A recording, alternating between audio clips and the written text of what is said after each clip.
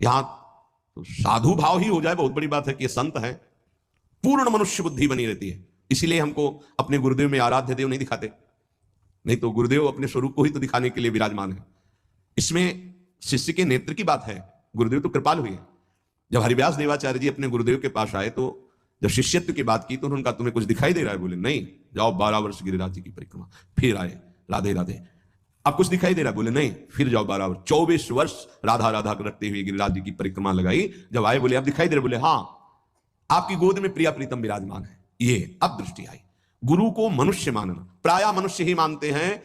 हमें लगता है कि 1000 में कोई 1-2 ऐसे होंगे जो ये भाव हो कि गुरुदेव हमारे ब्रह्म है।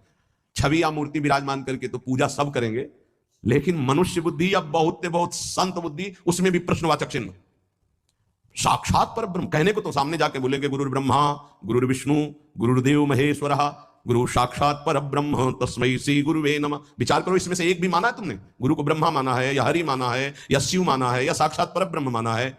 बड़ा मुश्किल है। केवल कह देना अलग, बोले होना भी तो चाहिए साक्षात पर ब्रह्म। केवल बातों से कोई पर ब्रह्म थोड़ी हो जाता है। तो पाषाण में पर ब्रह्म था क्या? वो तो अव्यक्त था, तुम्हारे भाव से व्यक्त हुआ ना। तुमने पर ब्रह्म की भावना की तो मुस्कुराता हुआ ब्रह्म प्रकट हो गया। तो गुरुदेव तो चैतन्य ब्रह्म है।